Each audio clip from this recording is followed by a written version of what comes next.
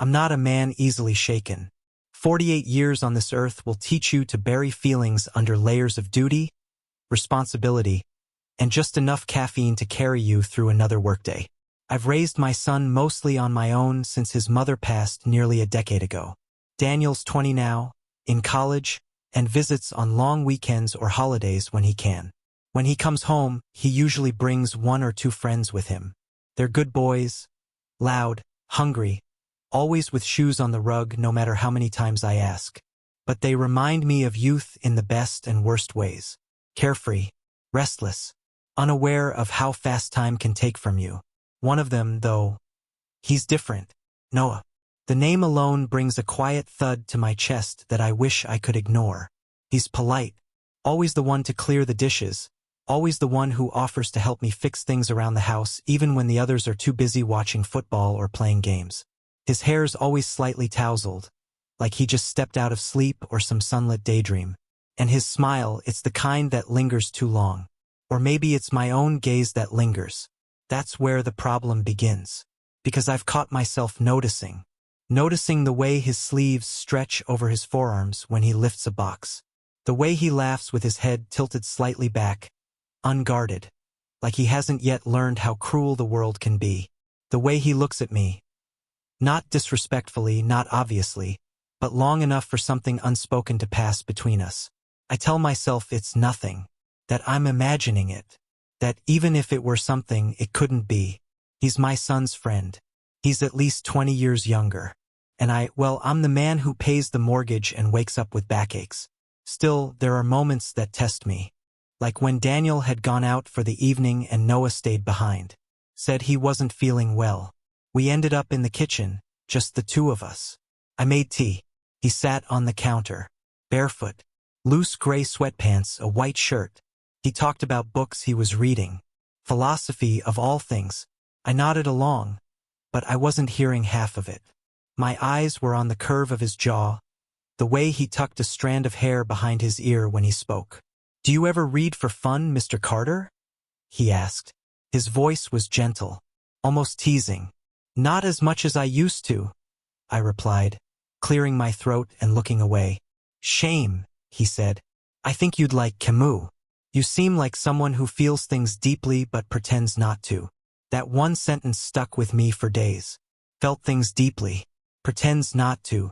I wondered what made him say it. Or who he thought I was beneath the flannel shirts and cautious smiles. Another evening, we were both out back cleaning the grill. My son had gone to grab drinks from the store. It was just the two of us again. And as we stood there, side by side, I could feel the space between us shrinking. Not physically, but in some quieter, more dangerous way. He reached for a towel at the same time I did. Our fingers brushed. That's all.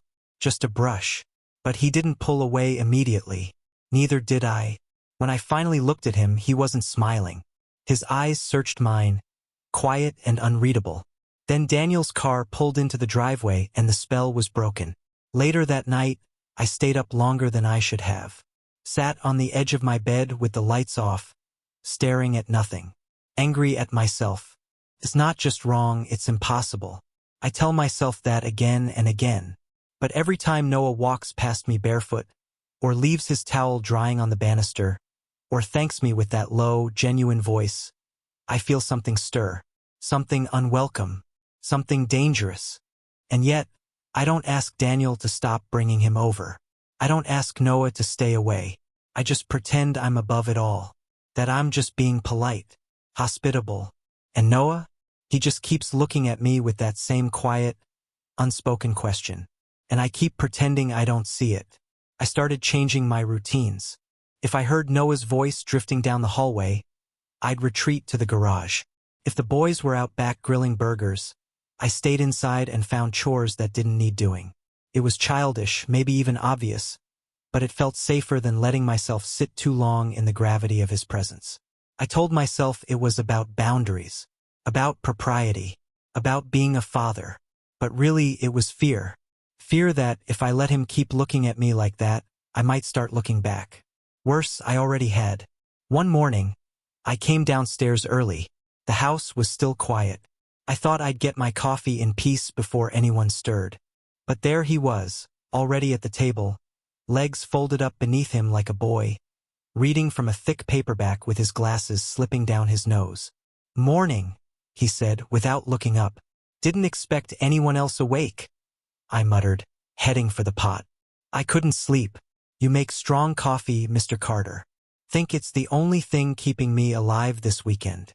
"You don't have to drink it," I said with a forced smirk. He grinned. "I want to." And then, "You always get up this early?" "I like the quiet," I said. "Me too," he replied and closed his book. "You always avoid me in the quiet?" I froze mid-sip. His voice was too casual to be accusing, but not casual enough to be meaningless. "I don't avoid anyone," I lied. He just looked at me with a smile that didn't quite reach his eyes. "Sure." Before I could respond, Daniel came down the stairs, yawning and scratching his head. The moment passed like they always did, but it left a mark. Later that afternoon, the boys were moving boxes in from the garage. Some old junk Daniel wanted to sort through. I went to help, but as I reached for the same box Noah did, his hand brushed mine again. This time it wasn't an accident. His fingers lingered for half a second longer than necessary. I pulled away and looked at him. He didn't apologize, didn't smirk or pretend. He just held my gaze for a breath too long. I cleared my throat and turned away. "You boys good here?" I asked too loudly. "Yeah," Noah said. "We've got it." I left the room, heart thudding louder than it should have. That night I couldn't sleep. Again. I tossed in bed, the sheets too warm, my thoughts too loud. Every touch, every look, played back in my mind like a film I didn't ask to watch. I told myself it was in my head, that he was just friendly, open, one of those affectionate types who never learned how easily kindness can be misread. But I knew better, and I think he knew I knew. The next day, Daniel headed to a friend's place to stay the night. Something about a birthday party, and he assured me he wouldn't be driving.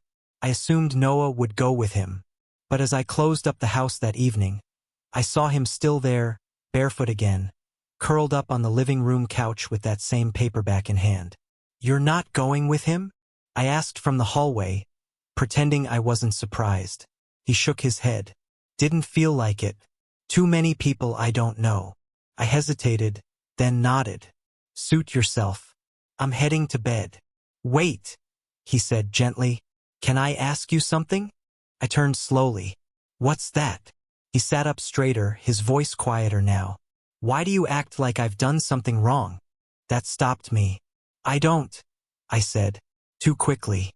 "You do," he replied, looking directly at me. "It's like you flinch every time I'm near.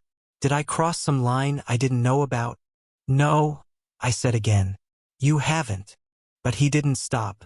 "Then why won't you even look at me for more than 2 seconds?" My chest tightened. The silence stretched long between us. "I'm your friend's father," I finally said. "Or close enough. Some things just aren't appropriate." He stood up now, walked slowly toward me. "I know what's appropriate," he said. "I also know what I feel. And I think you do too." I opened my mouth, but nothing came out. Then he stopped just a step away. His voice softened. "But he's your son. And he's my friend." There it was. The line between us spoken plainly. He looked down, the bravado slipping. "I didn't mean to make things complicated," he whispered. It's hard to keep quiet when you feel something every time you're in a room with someone. And it's harder when they feel it too." I wanted to reach for him, or turn and walk away, or say something that would end the moment cleanly. But all I did was stand there, frozen in the tension of want and shame. He gave a small, sad smile. "Forget it. I shouldn't have said anything." And then he stepped back. Just like that. "I'll be gone in the morning," he said. "Tell Daniel I said thanks." He walked past me, up the stairs, quiet as ever. And I just stood there, hand clenched at my side, the air around me too heavy to breathe. The house was quiet again. The kind of quiet that settles in after laughter has died down and the last glass has been rinsed and left by the sink.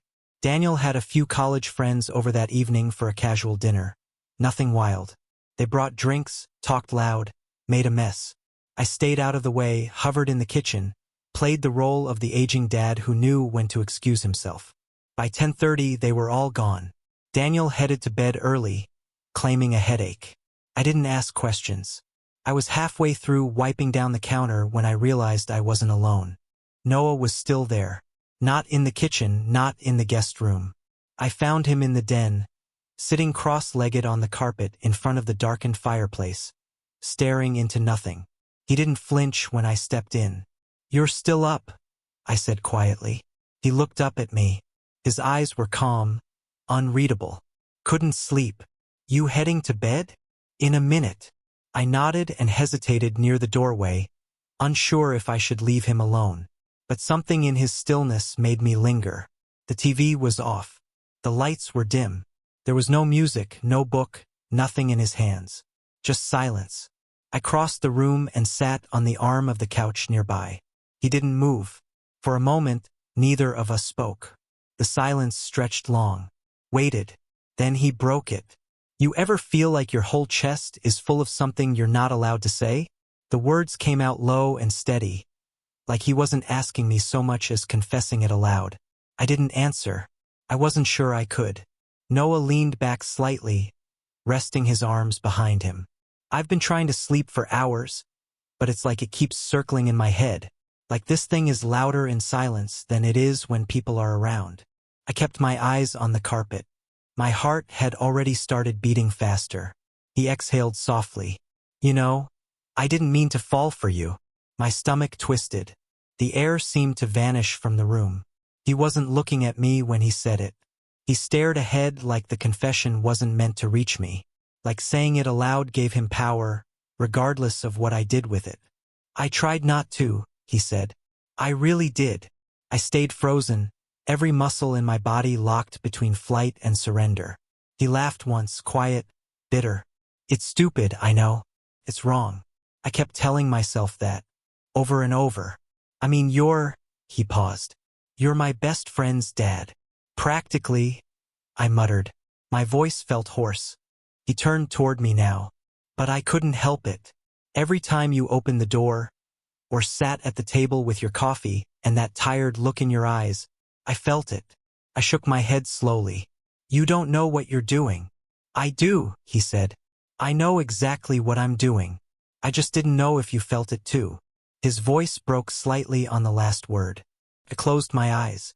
"Noah," I started, but I couldn't find the rest. He leaned forward. "I'm not asking you to do anything. I'm not asking you to say something back. I needed you to know." His eyes searched mine. Not hungry, not manipulative, just honest. Raw and young and full of something that terrified me. I wanted to be the adult in the room. I wanted to stand, to walk away, to tell him he was confused, infatuated, mistaken. That I was too old, too broken, too responsible to entertain even a flicker of this. But instead I sat there, still, and I looked at him, and I hated how much of me wanted to close the space between us. "How long?" I asked, the question escaping before I could stop it. His lips twitched. "Since that first weekend I stayed here." "That long?" He nodded. "You opened the fridge and handed me a bottle of water. You smiled, but it didn't reach your eyes." I remember thinking, that man has something locked away inside him, and I want to know what it is. I let out a breath I hadn't realized I'd been holding. "I don't know what to do with this," I admitted. "You don't have to do anything." "Daniel." "I know," he said. "He can never know. That's why I never said anything before." The room was too quiet. Even the clock on the wall seemed to stop ticking. "I'm not ashamed of how I feel," Noah whispered.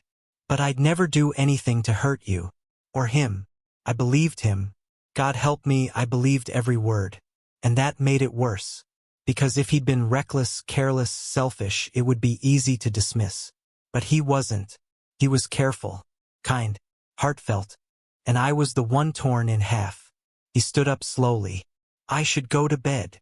I stayed seated, arms wrapped around my knees like I'd regressed into something far younger, far more afraid.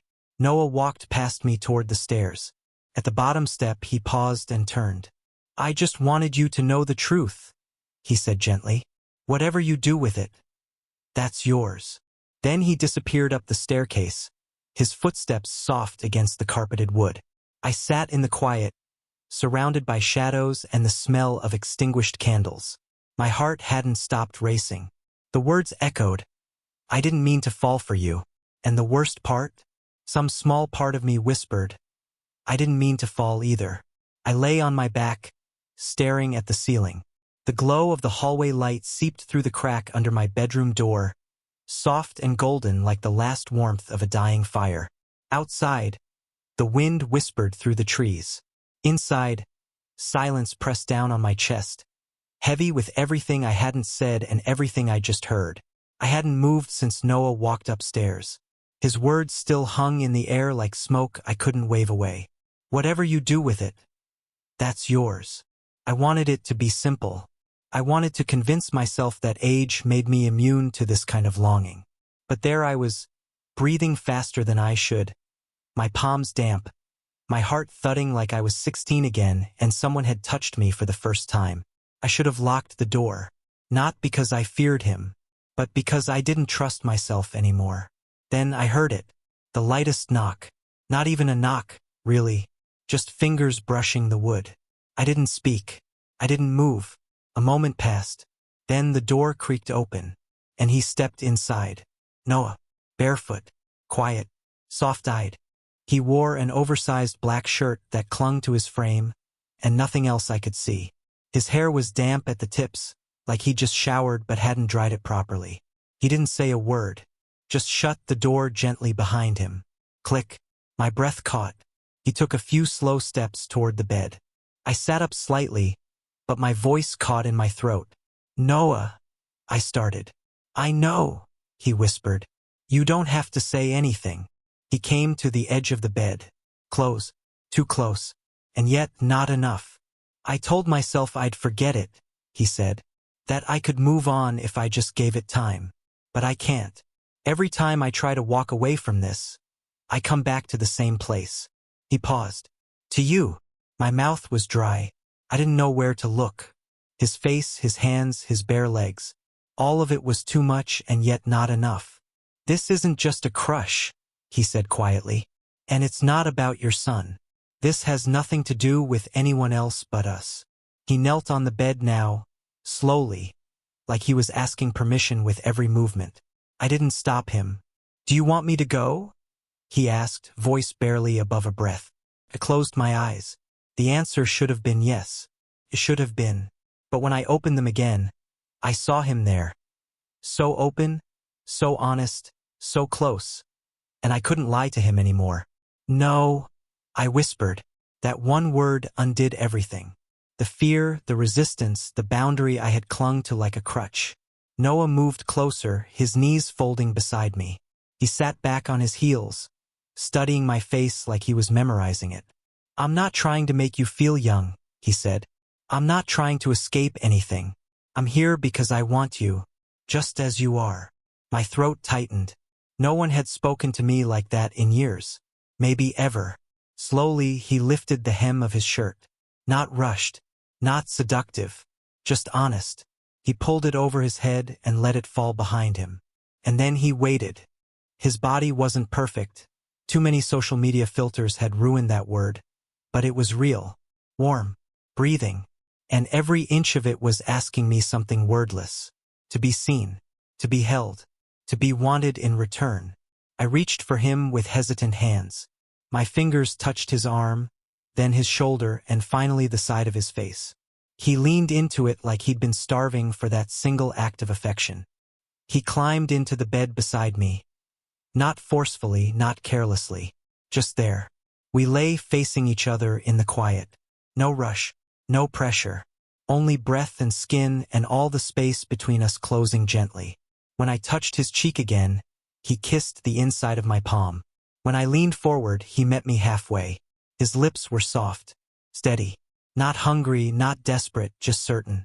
We kissed like two people who had lived other lives, felt other heartbreaks, and were grateful to have found something this fragile, this unexpected. His fingers traced the line of my jaw. Mine curled around the back of his neck. Time slowed, or maybe it stopped, when he moved closer, pressing his chest to mine. Our legs tangled, and the weight of his body settled against me like a truth I could no longer deny. It wasn't sex. It wasn't lust. It was something else entirely. It was surrender, the kind that doesn't come with fireworks or panting or noise, but with silence that speaks louder than anything else. We lay like that for a long time, breathing together, skin to skin. He whispered something into the crook of my neck. I didn't catch it all, but it sounded like, "Thank you," and finally, my arms wrapped around him instinctively. I felt his heart slow against mine, felt my own fear begin to soften. He fit beside me too easily, like he belonged there, and maybe, just maybe, he did. That night I didn't sleep much, not because of guilt, not because of shame, but because I didn't want to miss it. The way his hair tickled my chin, the way his arm draped over my side like he was afraid I'd vanish, the way peace felt when it wasn't stolen but offered. I didn't know what tomorrow would bring, what Daniel would say, what the world would think. But for once I let that go. For once I let someone in. And in the darkness, behind a closed door, I realized something terrifying and beautiful. I hadn't been waiting to fall in love. I'd just been waiting for someone who saw me and stayed. The morning light was merciless. It poured through the blinds in thin golden stripes, cutting across the room like truths I couldn't hide from. I lay there still, eyes open, staring at the ceiling as though the plaster above me might hold some answer I didn't want to face. Beside me, he slept. Noah.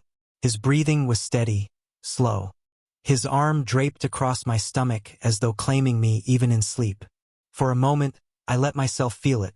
The warmth of his body pressed against mine, the quiet rise and fall of his chest, the way he seemed at peace here, as though nothing about this was complicated. But it was. God, it was. I shifted carefully, sliding his arm off me, and sat at the edge of the bed. My head dropped into my hands. What had I done? The answer was obvious. I crossed a line that could never be uncrossed. I'd let him in literally, emotionally, dangerously. And no matter how tender it felt, no matter how right it seemed in the moment, I knew the truth. I was a father. He was my son's best friend. The weight of that hit me harder in daylight than it had in the dark. I thought about Daniel, about how he trusted me, about how easily he brought his friends here to this house, believing it was a safe place. If he ever found out what happened behind that closed door, my stomach knotted. I stood, pacing quietly, the floorboards creaking beneath my feet. I told myself I should wake him, send him back to the guest room, pretend it never happened. Lock it away in the same place I'd locked away so many things in my life. But when I turned, he was already awake. Noah blinked against the light, rubbing his eyes, then pushed himself up on one elbow. His hair was a mess, his face soft with sleep, but his eyes, they found mine immediately. "Morning," he said, voice low, still heavy with sleep. I swallowed hard. "Morning." He studied me for a long moment, then smiled faintly. "You look like you've been up all night worrying." "I have," I admitted. My voice cracked more than I wanted it to. He sat up fully now, pulling the sheet around his waist, though not out of shame. More like habit. "About him."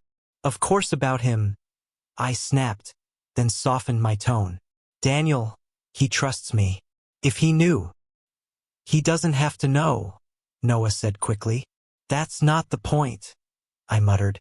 "It's not about hiding. It's about what it means. About what I let happen."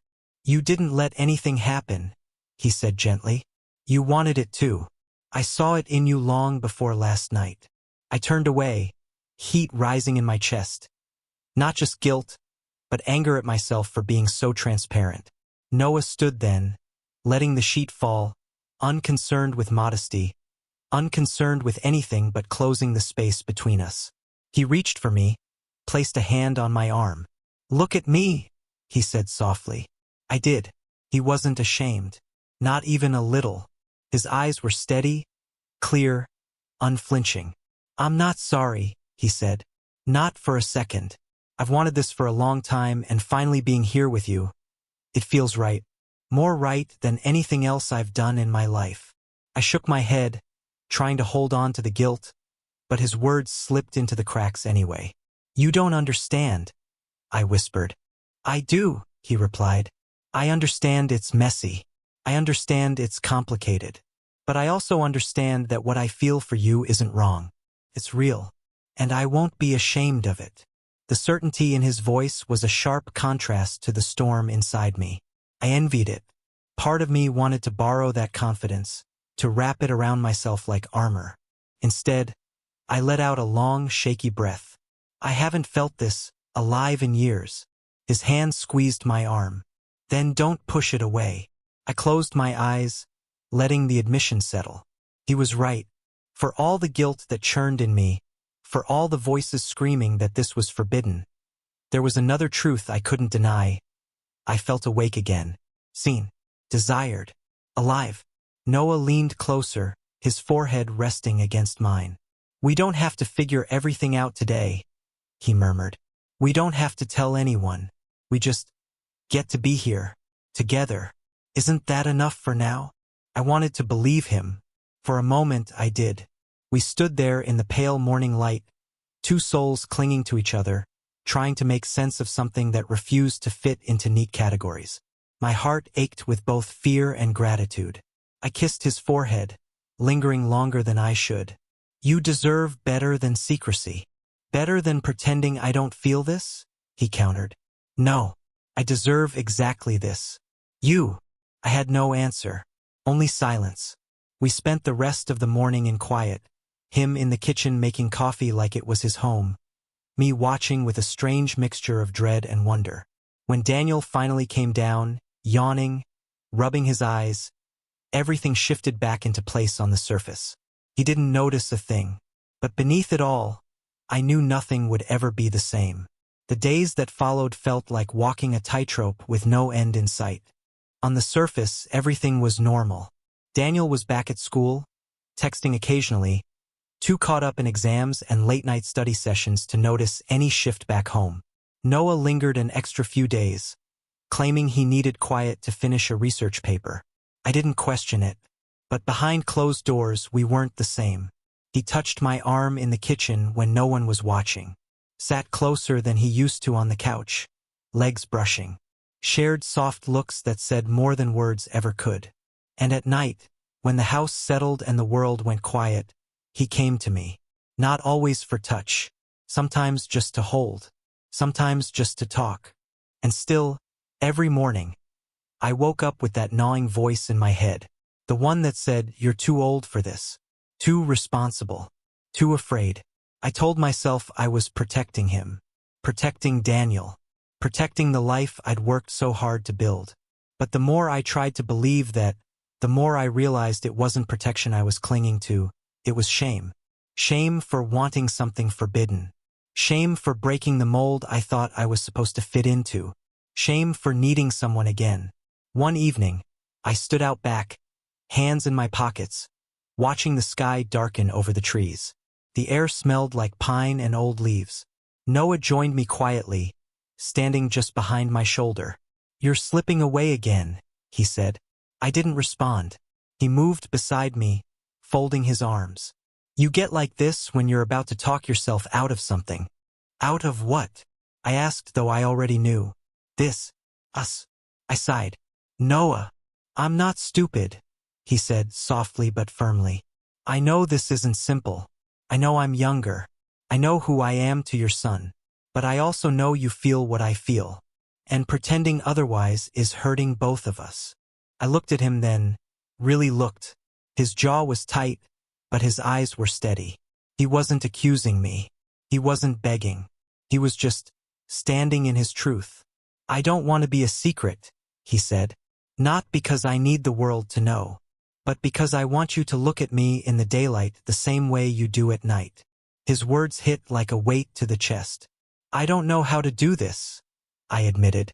"I don't know how to be this kind of brave." He smiled faintly, sad but kind. "You don't have to be perfect. You just have to stop running from something that's already here." He took a step closer. "I'm not asking you to shout it from the rooftops. I'm just asking you to stop hiding from yourself. I closed my eyes. Let the truth of his words settle. All my hesitation, it wasn't about Daniel. Not really. It wasn't about age, or appearances, or even morality. It was shame. Deep-rooted, long-worn, carefully rehearsed shame. The kind that tells you love has rules. That desire is only safe when it fits into a neat, expected box. But Noah didn't fit in any box. And neither did I, not anymore. When I opened my eyes, he was still there. Still waiting. Still offering something terrifying and beautiful. I'm scared, I said quietly. I am too, he replied. But I'd rather be scared with you than safe without you. I turned to face him. His arms unfolded. His shoulders eased. The moment between us softened. I stepped closer, reached for his hand. He didn't move. Fingers slid against fingers. Palms pressed together. And I nodded. Okay, I said. No more hiding. He smiled. Really smiled. The kind that filled his whole face, lit up his eyes, and melted something cold in my chest. We didn't kiss. We didn't touch more than that. We just stood there, hand in hand, beneath the open sky. And for the first time, I didn't feel like I was falling. I felt like I'd landed. It's been 5 weeks. Life somehow didn't crumble. The sky didn't fall. The world didn't turn against me. And Daniel? He still calls every few days. Still texts me pictures of overpriced campus lunches and sarcastic memes. He has no idea. And maybe that's for the best. Noah didn't move in, not officially. He still keeps his apartment. Still leaves a toothbrush there. Still returns to it on weekends when Daniel visits. But when it's just the two of us, this place feels different now. Lighter. Warmer. Alive. Our days have taken on their own rhythm. Quiet, careful, but unmistakably ours. Mornings begin in the kitchen before the sun's fully risen. He's always barefoot, always wrapped in one of my old flannel shirts that hangs past his wrists. I make the coffee. He leans against the counter, eyes half closed, mumbling about dreams he never remembers. Sometimes he kisses my shoulder while I'm pouring the mugs. Sometimes he doesn't touch me at all.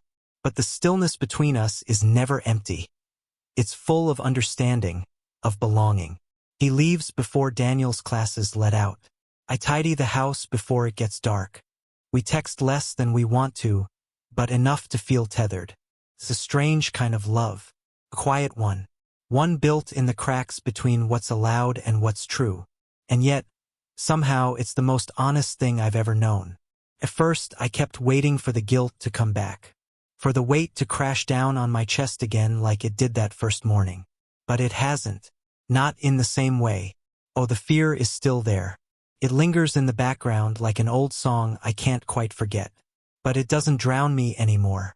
Because every time I doubt myself, I remember the way he looks at me when I'm not trying to be anything. The way he sees through the walls I built. The way he stays. And I realize it's not the world I was afraid of. It was myself. I've spent years pretending I didn't need anything beyond the familiar. That I was fine alone. That desire was a thing for other people. That my time had passed. But then Noah walked into my house with his bare feet and his quiet certainty, and reminded me that time doesn't take love away. It just hides it in places we stop looking. I still catch myself watching him when he's not looking. Like the other night when we were sitting out on the porch. He was reading a book, legs curled under him, hair damp from a shower. The porch light was soft on his skin. He looked up, caught me staring, and smiled. "What?" he asked, teasing. "Nothing," I said. I stopped. "Just what?" he nudged. I reached over and took his hand. "Just lucky, I guess." He blushed. Still does, sometimes. That part of him hasn't changed. And me? I don't blush anymore. I don't flinch when he touches me. I don't pull away when he says things like, "You're the safest place I've ever known." I've stopped trying to understand why this happened. It did. That's enough. We have no timeline. No big plans. Just small things that feel sacred in their own way. A mug left in the sink. A shared playlist. A quiet touch under the dinner table. Every love story looks different. Ours just happens to be written in the spaces no one else sees. And maybe that's where the truest parts of love live, in the in-betweens, in the silence, in the risk, in the choosing. If someone had told me a year ago that my son's best friend would become the person who reminded me what it felt like to be touched gently, to be seen without shame, to be wanted without conditions, I would have laughed. And yet here we are. I tried to ignore him, but what I really feared wasn't him at all. It was how much I needed him. And now that I have him, I finally understand. Need isn't weakness. It's permission to live, to feel, to love, even when it doesn't make sense to anyone else. Especially then. Before you go, I'd love to know, where in the world are you listening from right now? Drop your city or country in the comments. It's always amazing to see how far these stories travel. And if this one moved you even a little, don't forget to like the video and subscribe for more stories just like this. Your support means everything.